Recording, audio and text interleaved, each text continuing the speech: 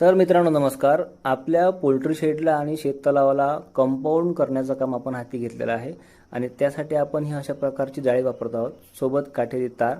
तर हे अँगल जे आहेत हे अँगल आपल्याला पेंट करणं गरजेचं आहे, कारण की आपण जर पेंट केलं तर याची जी लाईफ आहे ती वाढू शकते आणि त्याला जंग सहजासहजी लागणार नाही.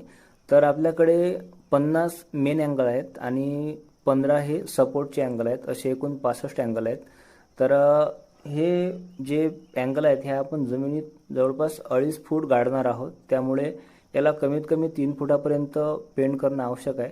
तर त्यासाठी आपण एशियनचा हा रेड ऑक्साईड म्हणून एक प्रायमर येतो, जो मेटलसाठी आहे, तो वापरत आहोत.